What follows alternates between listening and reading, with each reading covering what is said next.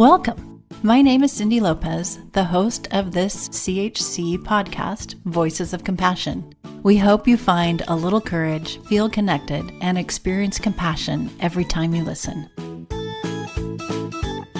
In this episode, we talk with CHC experts Dr. Emily Hsu, psychologist, and Julia Terman, doctoral intern at Stanford Children's Hospital and CHC. They talk about accommodating anxiety and what it means for both parents and children. We explore what accommodation looks like, how parents might unknowingly reinforce their child's fears by altering routines or providing excessive reassurance. We also talk about typical examples of accommodation, like allowing a child to avoid anxiety-inducing situations, and contrast these with more productive responses that encourage resilience. Hear about how you can be a supportive parent or caregiver while still helping your child face their fears, fostering independence and confidence. Tune in to learn how to strike the balance between empathy and empowerment. Welcome, Dr. Hsu and Julia. I'd love it if you could take a minute to tell our listeners a little more about yourselves and why this is such a valuable topic to discuss. Well, thank you so much for having us. I'm really excited to be here. My name is Julia Terman, and I'm a clinical psychology intern at Stanford Children's Hospital and Children's Health Council. For the last 5 years, I've been doing clinical treatment and assessment with kids and families experiencing a wide range of challenges, but I've really developed a focus in anxiety and OCD. And I've also been doing research on cognitive behavioral therapy, which is an approach that's really helpful when it comes to the topic we're talking about today. And so this topic is really important to me because in this work, I've noticed that parents and caregivers are usually really concerned about their kids and how to respond when children are struggling with anxiety. And they typically have tried everything in their toolbox and feel at a loss. And often, I think the most loving and caring way for them to respond instinctively sometimes isn't necessarily the most helpful when it comes to long-term coping. So I think there's a lot of power in helping parents learn a framework for understanding their child's anxiety and learning how to respond in a different way. Hi, everyone. My name is Dr. Emily Hsu. I'm a licensed clinical psychologist. I'm an adult psychologist, and I also am bilingual, and I use English and Spanish in my clinical work. I'm really excited to talk about this topic about anxiety because I do get a lot of questions asked, particularly for newer parents, and this typically occurs where they're not sure when to intervene or to let the child kind of work it out. And so I typically find that to be the case when it comes to my child appears anxious. Should I let them, work it out, or should I do something else? And so I do think that this is a topic that we could ask across the lifespan because we all experience emotions. So I'm really excited to talk about this.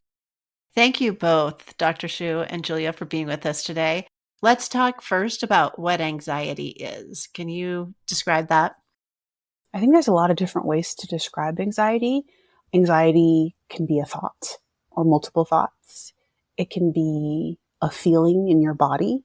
It can be both of that. How I start to know that I'm feeling anxious, for me, it starts physically. I feel almost like I can't breathe, or something's like sitting on my chest. It almost feels like what I describe it as acid reflux. And then from noticing that feeling, then I feel compelled to do something. Like I want to either say something or I just want to do something. And typically I've experienced that wanting to do something to decrease this terrible feeling that I'm having in my chest. I also think that anxiety can be thoughts and that it can be worries, which we know worries can be helpful. It's just how the worries either paralyze you or enable you to make a decision that you need to make, depending on if it's one that needs to be made now. So I think anxiety is a lot of different things. Thank you, Dr. Hsu, for describing it that way, because even personally, like I have some of those kinds of feelings. I'm like, is this anxiety? Yes, this is anxiety. And wanting to do something, like I don't want to feel this way anymore. So I think for our listeners who are likely parents and are caregivers or educators, it's kind of normal for them as the caregiver to want to make the child feel better. So Is that what we're talking about when we say we're accommodating anxiety? So I think in a sense, yes, but it's a little more specific than that. Accommodating is something parents do in an attempt to help their child feel better, but I can define a little more specifically what we mean when we say accommodating. And you'll see that it doesn't actually always work out that way, and it usually doesn't. So, in psychology, when we use the term accommodation, we're talking about a change that a parent makes to help a child avoid something that makes them anxious. Accommodating would be removing whatever the threat is. So, that might mean taking the child out of a situation that makes them anxious, or allowing them to avoid doing something altogether, or removing something else from their environment. So it makes sense why parents would do this, because if you have a child who's really anxious, let's say they're crying, they're really distressed, you'll often see that anxiety drops almost immediately after you accommodate, after you remove the so-called threat. So this is why this often feels like the most supportive way to respond when your child's struggling. But this often ends up backfiring because it teaches your child that they can't cope with the scary thing. And they might take away the message that the only reason they felt better is because they avoided the scary thing. And then the fear gets bigger and bigger. So I've been in education for a kabillion years and worked with kids. And when I see them struggling, my impulse is to reach out and help them, right? So how can parents help if it's not about accommodating? And maybe we can talk a little bit about what accommodating is. I think a lot of parents have this mentality of, we want our children to experience life in a way that is positive, typically, right? Anything that we've had to experience, whether it's anxiety, a negative emotion, or a negative experience, typically parents want their children to not have to experience that. I think the whole fix it attitude that parents might have, I think is something that is very understandable, because we want our children to be okay, right? And I also do encourage not only parents, caregivers, but just anyone in general who tends to have that, I want to fix it, or maybe that's the thought they're having, to really take pause and be mindful and maybe curious, if that's the word, of why do I want to fix it? And what exactly is it that I'm trying to fix? And kind of zoom out before you intervene and think about, what's my goal, especially when you see a child looking anxious. Because sometimes we don't always know if a child is anxious. Like, we might observe some behavior, some facial expressions that seem like anxiety, but it might not be. But after identifying if it is anxiety, I think it's one of those kinds of things where at the end of the day, and this might help us understand like why accommodating can be helpful short term, but why it can be problematic long term, is recognizing that the goal when it comes to helping our children manage their emotions is just that. We want to teach them, and this is what we do as therapists, as educators, as caregivers. We want our children and ourselves to learn how to manage anxiety versus eliminate it. And this is where accommodation can be problematic, because while accommodations are helpful, right? We're accommodating. Are we then teaching the child that this threat is something that you can't tolerate? And then it also runs the risk of, oh, well, if mom takes away, if dad takes away, if grandmother takes it away, then that means that this is actually truly scary. And so that's where accommodating, which is typically when we're changing something, that's what I think of an accommodation as. We're changing or we're adding something, because accommodation can be changing or adding. That can be problematic long term. Interesting, just thinking about part of what is communicated when parents step in and accommodate or support, whatever that looks like, that it backfires. So talk about that a little more. Why doesn't it help? In the moment, it does help the child feel better because there's this really specific thing, right, that's making them anxious. Let's say whether it's spiders or a certain social situation. And so, of course, when you take it away, they're going to feel relief. But the reason it backfires is that the accommodation reinforces this idea that they can't make it through the scary situation. And what helps us learn to cope with anxiety is learning that we can get through it. And I think we all experience worries about different situations in our lives. But something that makes it extra hard to cope with those situations is when we don't trust that we can make it through and that we can do it. And that can make anxiety a lot worse. So let's dive into accommodating. What are some examples you might be able to share with us? I think of it in the terms of school refusal, which is something that I personally feel has increased with the COVID-19 pandemic, where children didn't have to go in person to school because we had to keep them safe. And one family that I'm working with, this child was bullied, and there was a fear because this person had to go to school with the person that bullied them. And of course, there's a real threat, right? And it was one of those kinds of things where the child stopped going, but then the parents felt so bad that that was a result of these terrible incidences, and started being like, oh, if you're stressed, like you don't need to go to school. Like, and this started happening after any kind of appointments. Like, she would only go to one appointment, but the child said that she didn't want to go to any appointments or leave the home. And mom was like, that's okay. I don't want you to be stressed. That's an accommodation. Yeah. That feels great, right? You don't have to go to an appointment. And so did she meet her goal of her child not being stressed? Probably. But then we see the problem where the child is no longer going to school, or the child is learning, okay, I don't need to go to school because it's too stressful for me. Or if I'm feeling certain feelings that feel like anxiety or just discomfort or stress, I don't need to do anything. I don't need to leave the house. And so this is where it can start to backfire, where parents have good intentions. You know, like, I'm of the line where I assume good intentions of my parents. Yeah. But as we see, I mean, the mother's goal was for her daughter not to be stressed. And she'd also felt really bad that she had not noticed the anxiety that ensued after she was bullied. So there was guilt that was involved, right? But that is an example that I can think of where the mother accommodated, but also it first started off as the mom really wanted to be attuned. And in trying to be attuned, she started not asking leading questions, but being like, oh, I don't want you to be stressed. You know, kind of put words on for experiences. And then that led to accommodating. And so it was kind of like this one thing led to another. And then this child hadn't gone to school in a year, slowly. Wow. Julia, do you want to share any examples that you can think of?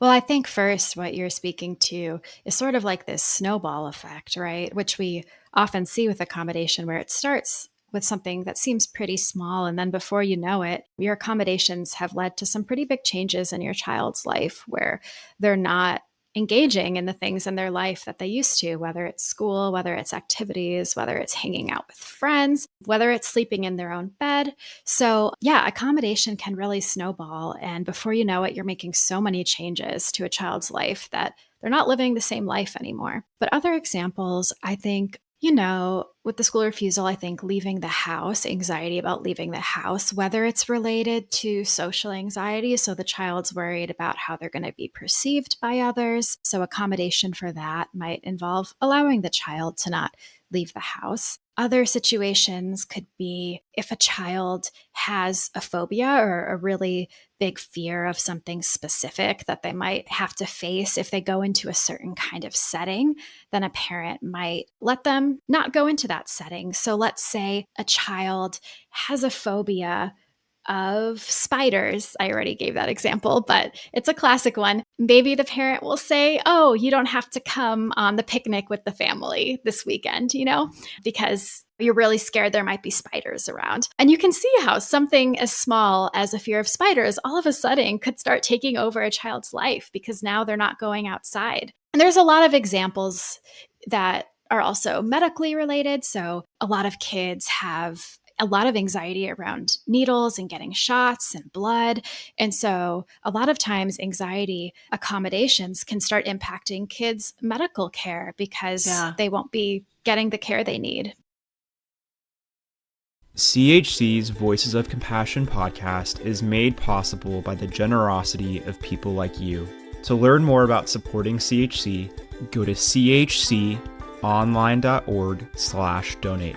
Also, Make sure to follow us on social media for more inspiring and educational content from CHC. So we've talked about the accommodating and how that's probably not the best response. So what could a more productive response or some more productive responses or strategies be for parents or caregivers to use? The important thing is to be empathetic and warm and validating to your child. You want to show them that you hear them, that you're really sorry that they're feeling this way, and that you feel bad that they're feeling this way, right? And you can do that and also help them face the thing that they're anxious about. And so I think that's the key, is being supportive and also helping them face the fear.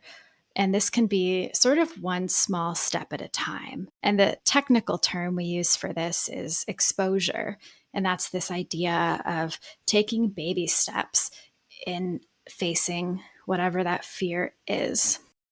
Yeah, I would agree. I mean, I think, you can't promise a child that their fears are unrealistic, right? I happen to be afraid of spiders. And I think it's one of those things where I know logically that it's a fear, right? And that they can't hurt me. But it's one of those things about anxiety, right? It doesn't make sense sometimes.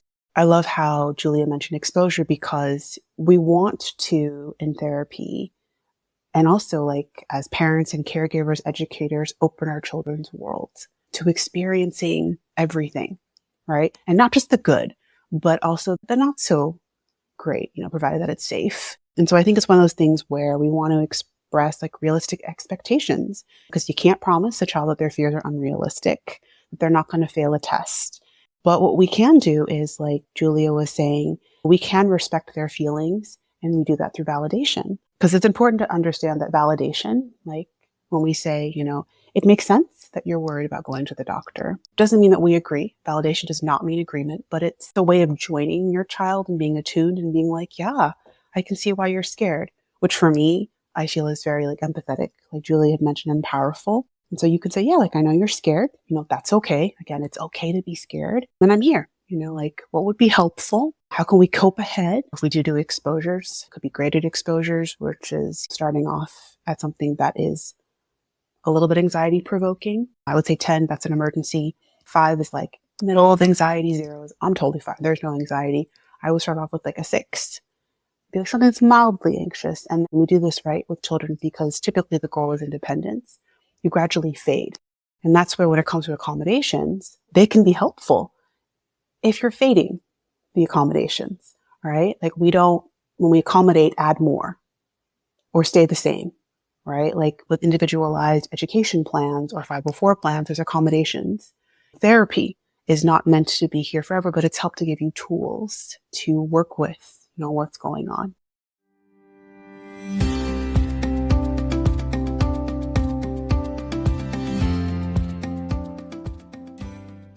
As I hear both of you talk, I'm thinking like, different causes for anxiety mean different types of responses, and that some interventions might not feel good.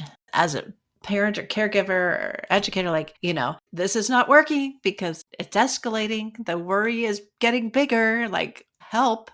So what do you say in that situation? If I'm going to do some sort of exposure, even with my family members, like, we're doing an exposure, right? I just call it what it is. I'm going to prep them for the exposure and also get their consent. And depending on the type of treatment I'm doing, because anxiety treatment can look different, even though they are related and similar, I'm going to tell, like, for example, in my group that I led at Kaiser Permanente with obsessive compulsive disorder, I would prep them and say, we're going to be doing this exposure for about 30, 45 minutes. And we would do it as a group, right? Because we wanted to support this person. And I would tell them, I'm not going to respond when you start getting anxious or when you start physically looking like you're anxious. And I want you to know that I'm going to be doing that because I want you to experience what's called habituation. It's a habituation curve, which means that your anxiety is going to peak. And sometimes I do have my patients being like, Dr. Shu, this is terrible. Yeah. They said a lot of things to me and I have not responded, but I also prepped them that I wouldn't respond. And I also got their consent. And I told them there's going to be this habituation curve where your anxiety is going to rise and then it's also going to decrease.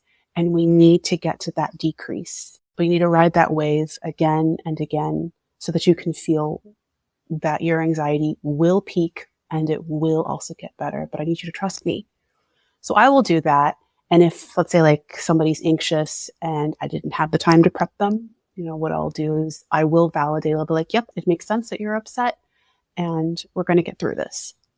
Mm-hmm. So I validate because it does make sense that they're anxious sometimes. But again, I'm not here to agree. I'm not here to be like, well, actually not. I'm here to do hopefully what's helpful, especially for someone that I've just met, if I am ever pulled in. And then I'm like, we're going to get through this. And then I sometimes talk them through it. Or I say, like, what will be helpful? Or I'll be like, hey, I noticed that you're breathing pretty shallowly. Let's try to fill up your lungs with air. So I'll start kind of doing like guided exposure, especially if it's like panic, which typically is something that I have been pulled into. So depending again on like the presentation, panic will look different for me than OCD. That's how I would respond typically. As a parent, I'm sure when you sit and watch and do nothing, it feels like you're, I'm going to say, being a bad parent, if there is such a thing. So what do you say to a parent who's in that space? Well, first of all, I think something to acknowledge is that there are absolutely situations that would make you a bad parent for just sitting back, right? So you want to make sure that the situation is something that's not actually dangerous to your child. And the kinds of situations we're obviously talking about are when kids are anxious about things that are safe physically and that we want them to be able to do to live a healthy, happy day-to-day life, right? But it still feels bad, right? When your kids feel unsafe, even just emotionally. But I think first helping parents remember that their kids aren't actually unsafe and talking about it with the kids too, to help them recognize, okay, on a cognitive level, I understand. Maybe when I'm feeling a little bit more calm and I'm talking about it with my parents, I can understand that I'm not actually physically unsafe in that situation. And sometimes people are able to do that, and that can be really helpful to kind of remind yourself of that in the moment. And there are other situations with sometimes a little bit more severe anxiety or sometimes with OCD where kids might not quite be in a place where they recognize that they're not actually unsafe. But I think getting them on board is a really big part, like Dr. Shu said, making sure that they're consenting to this process of learning to ride the wave. I love that analogy. You're helping them learn to ride the wave of life. Thinking about like the difference between accommodating and effectively supporting your child, how do parents know the difference? Is there anything that you can help them with there? I think a really straightforward question you can ask yourself is the action I'm about to take going to help my child avoid their fear or face it? And so I think if what you're going to do is going to help them face the fear, then that's supportive and helping them learn to cope with anxiety. But if you're going to help them avoid it, then maybe not so much. Yeah.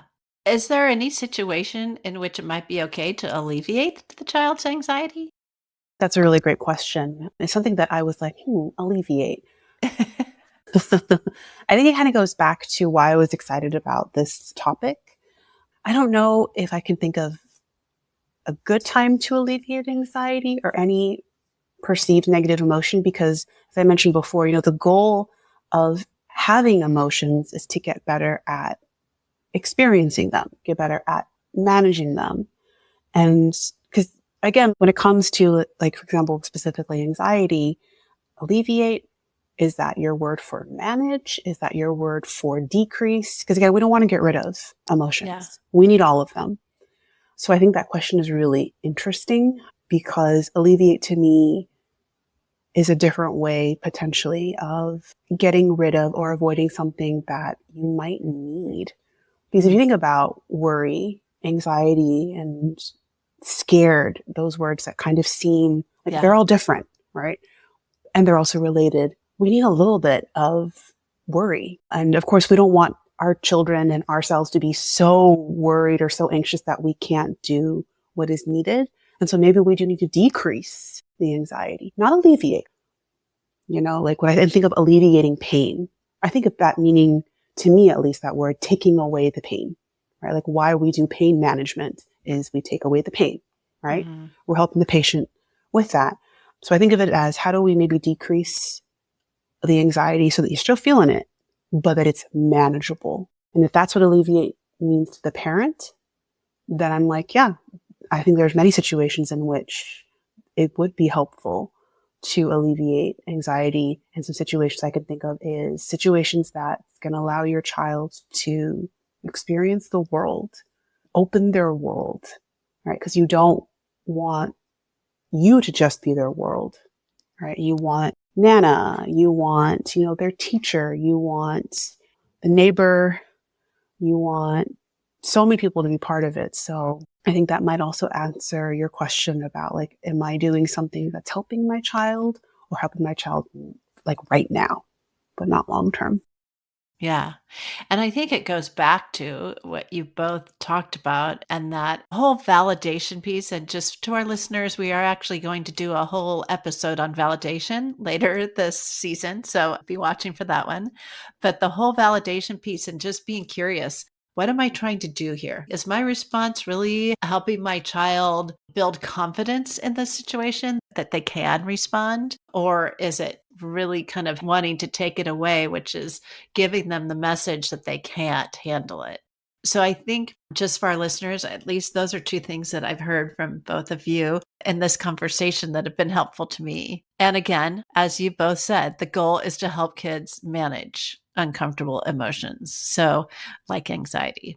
So really appreciate your time today. Before we close, I just want to thank you, Julia and Dr. Shu, for sharing your thoughts and insights with us. And I'm wondering what you really want our listeners to hear from you today. I think a lot of those points you just made kind of hit the nail on the head. I think you can be an emotionally supportive parent who makes sure your kids know that they're safe and make sure that they feel heard, while also supporting them and facing their fears and learning that they can do all of these amazing things in life that sometimes cause a little bit of anxiety. I would agree. I mean, I think, being a parent, a caregiver, an educator, all of these positions, jobs, they're very, very hard, right? And I think it's always difficult to know. And I think that's also valid to not always know what the right or best response is. And I want to say that because I don't always know. And the best and right response, if I'm even to use those words, changes depending on how you're feeling, the situation, and if the person is able to receive the intervention. And so I think, I want to empower parents, to, if you're noticing like your child is anxious and you're wondering, hey, am I doing what's best for my child? And if you're wondering if you might need some extra support, I would empower parents to talk to someone, ask questions. A question I used to get more often at Kaiser Permanente was, as an adult psychologist, am I doing okay? Like, I'm just here for a mental health checkup to make sure I'm okay. And I really appreciated that my patients did that at Kaiser because I think we should be asking that question, like, especially when we want to intervene to support our child. Am I okay? Like, what am I responding to? Kind of like how I said in the beginning, before you respond, take time to be like, okay, what's making me want to respond? Is that what's needed right now? Just be really curious about it. And then basically I'm telling you, be mindful and curious and then respond. And I hope that's something that, parents will give themselves permission to do, to take a pause and not feel like you always have to respond or you always have to have the answers, because as humans, we're not always going to have the answers, and that's okay. And to know that there is a community out there. We at Children's Health Council, we want to support parents. We want to support caregivers, foster parents, educators. And so we're here to consult and also work with you. Thank you. I really appreciated the note too about like just taking a pause. And sometimes that's like one of the most helpful things we can do. And as Dr. Shu noted, if you're in that space and you're not sure like what to do or next steps, or you need some advice or guidance, please reach out at CHC. You can get in touch with our care team at 650-688-3625, or you can email them at careteam@chconline.org. So thank you again, Julia and Dr. Shu, for joining us this evening. Really appreciated your words and your expertise at guiding us through this topic. And to our listeners, thank you for joining us as well. Visit us online at podcast.chconline.org. Make sure to subscribe to Voices of Compassion so you never miss an episode, and we'd love it if you'd leave us a rating and review. Have a question? Send us an email or voice memo at podcasts@chconline.org. We're here for you when you need us.